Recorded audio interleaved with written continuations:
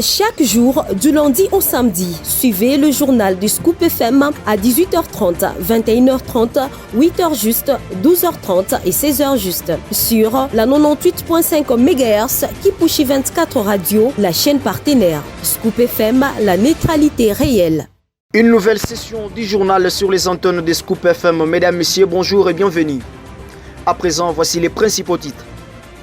Le président de la République démocratique du Congo, Félix Antoine Tshisekedi Tshilombo, a reçu l'ambassadrice de la Belgique en RDC ce jeudi 7 novembre 2024 afin de renforcer le partenariat sur l'investissement belge en RDC. Nadège Kabole nous fera les points dans cette session du journal. Kola Kazadi, ancien ministre des Finances en RDC, sort enfin de son silence et donne sa version des faits sur les dossiers relatifs à la surfacturation de forage mais aussi des lampadaires lors d'un entretien diffusé ce jeudi 7 novembre 2024.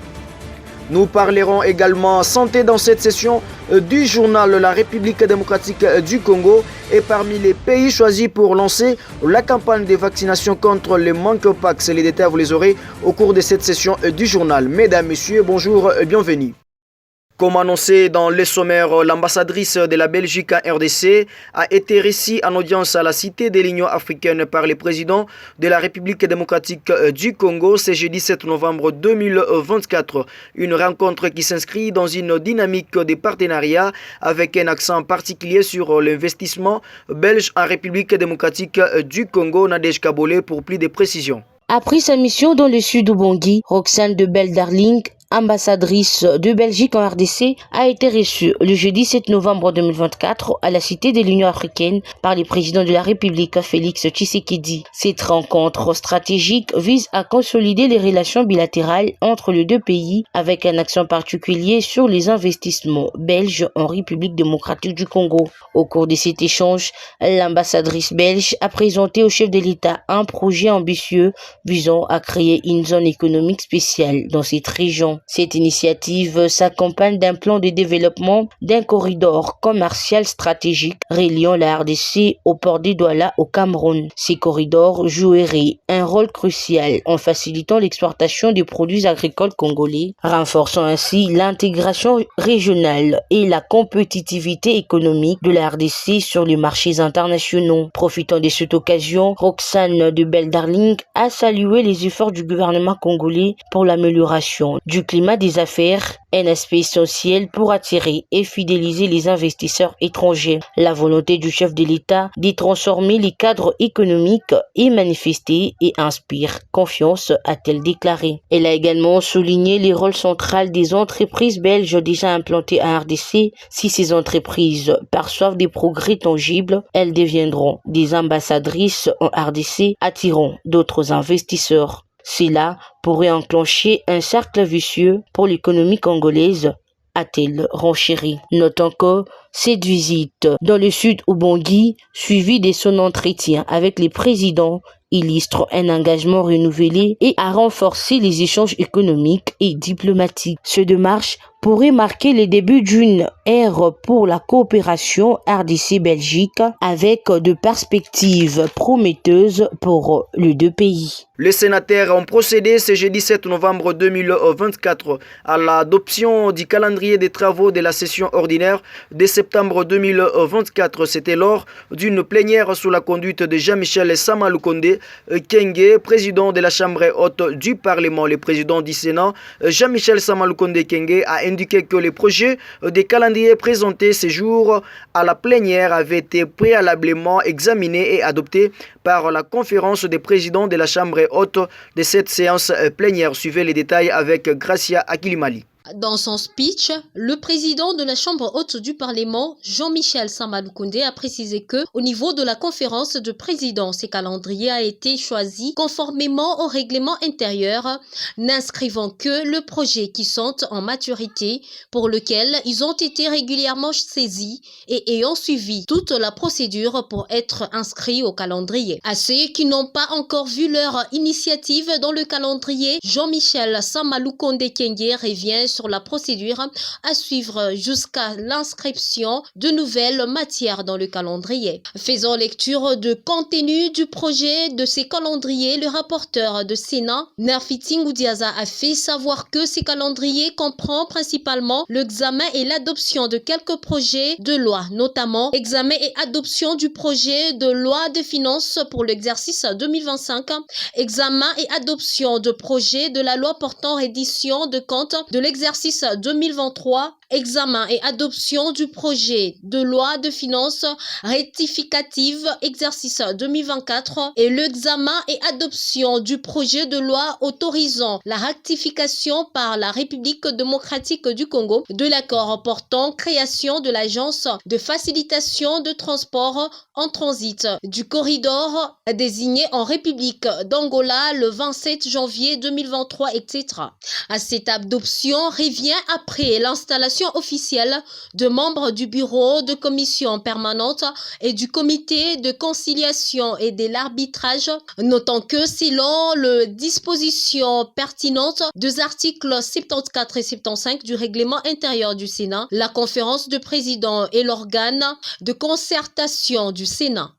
Le président de l'Assemblée nationale, Vital Kamerhe, a exprimé son indignation face aux honneurs rendus aux diplomates rwandais par les autorités locales, estimant que ces gestes de courtoisie dépassaient la simple diplomatie et pouvaient être mal interprétés dans le contexte actuel des tensions entre la RDC et le Rwanda. Lauriane Mwanda nous revient là-dessus pour les détails. Vital Kamerhe a dénoncé la quête d'Ndoungiré par le gouverneur militaire du Nord Kivu, le général Peter Sirimwami, ainsi que d'autres responsables de la police et de l'armée. Vital Kamerhe a insisté sur le fait que le protocole similaire ne sont jamais offerts aux officiels congolais lorsqu'ils se rendent au Rwanda, affirmant qu'il était nécessaire de faire preuve de réciprocité et de retenue pour éviter tout malentendu, appelant à une conduite plus réservée pour les futures visites officielles des représentants rwandais en République démocratique du Congo. Cette visite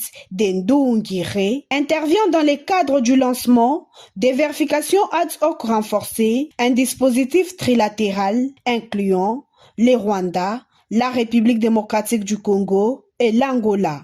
Ce mécanisme est censé surveiller et documenter les accusations mutuelles entre la République démocratique du Congo et le Rwanda, des pays dont les relations sont tendues en raison des allégations de soutien militaire du Rwanda aux rebelles du M23. Actifs dans l'Est de la République démocratique du Congo. La République démocratique du Congo et le Rwanda traversent une période de tensions complexes marquée par les accusations mutuelles et des incidents récurrents aux frontières. Le lancement du mécanisme de vérification ad hoc renforcé pourrait constituer un pas vers les désescalade. L'accueil du ministre rwandais à Goma pourrait donc avoir des implications politiques et sociales plus larges en République démocratique du Congo, illustrant l'importance des symboles de la perception dans les relations diplomatiques. Ce jeudi 7 novembre 2024, lors de la séance plénière, l'Assemblée nationale a autorisé une nouvelle prorogation de l'état de siège dans les provinces de l'Ituri, mais aussi le Nord Kivu. Dans sa prise de parole, le speaker de cette chambre basse du Parlement, l'honorable Vital Kamerhe, a dit qu'il avait informé le président de la République que les gens ne voient plus l'importance de l'état de siège. Écoutez l'honorable Vital Kamerhe dans cet extrait choisi pour vous par Gracia Akilimali.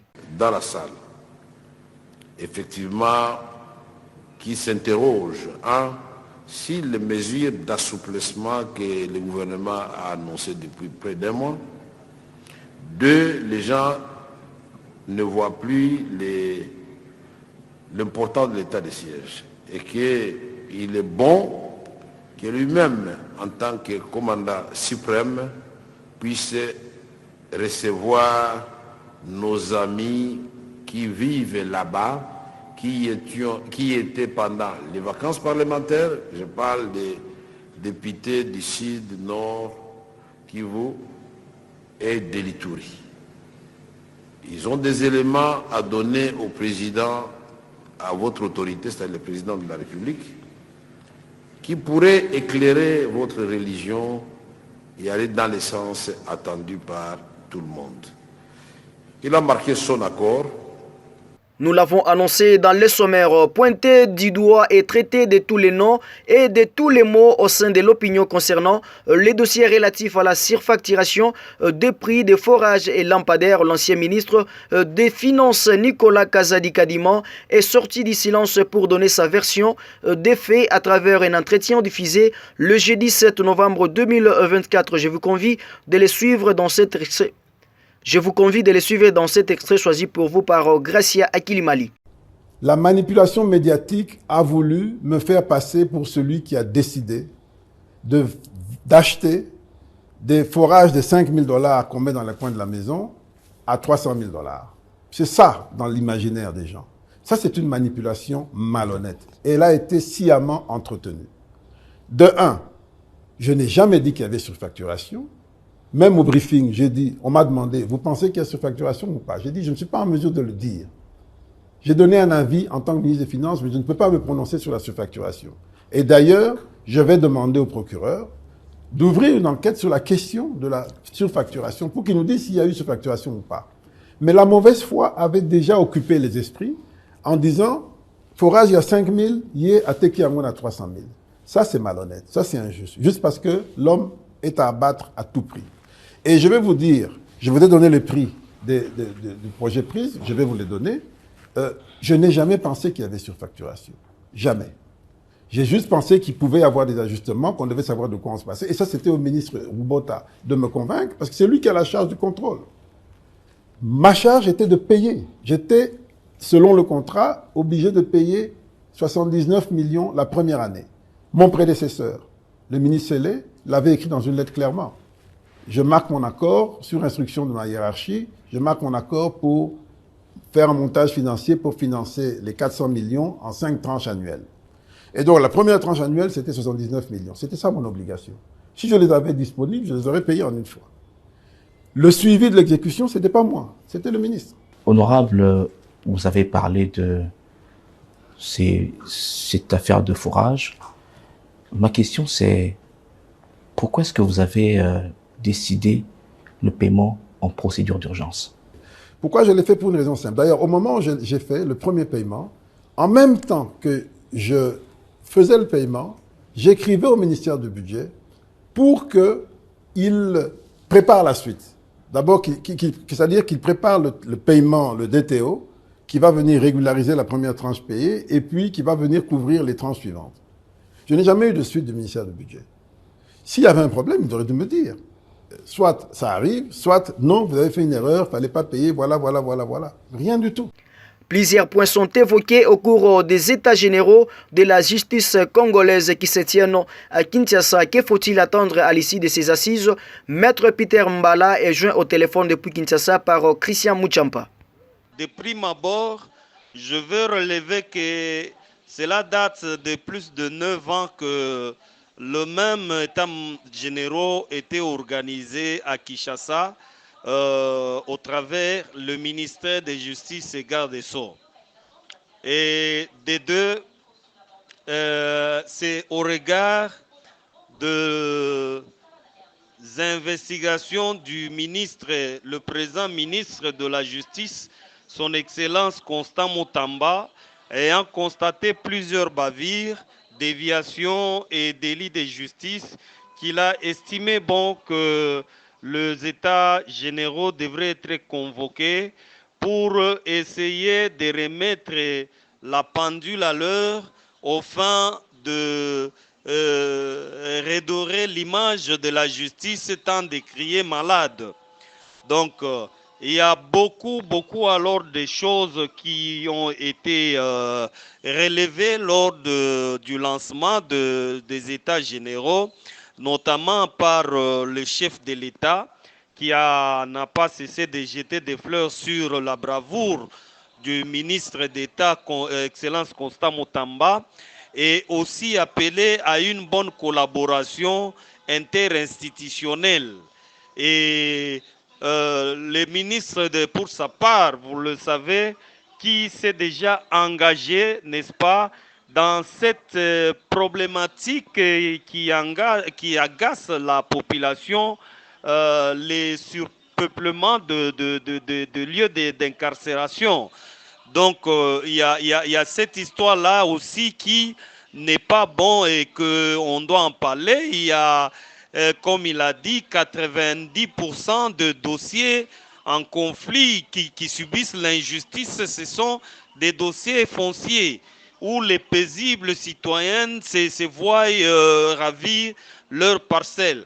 Bon, en définitive, nous disons que nous estimons que tels que les dossiers personnels de certains magistrats qui s'approprient, qui se font du dossier de l'État ou des dossiers judiciaires un dossier personnel, justement pour faire souffrir la population.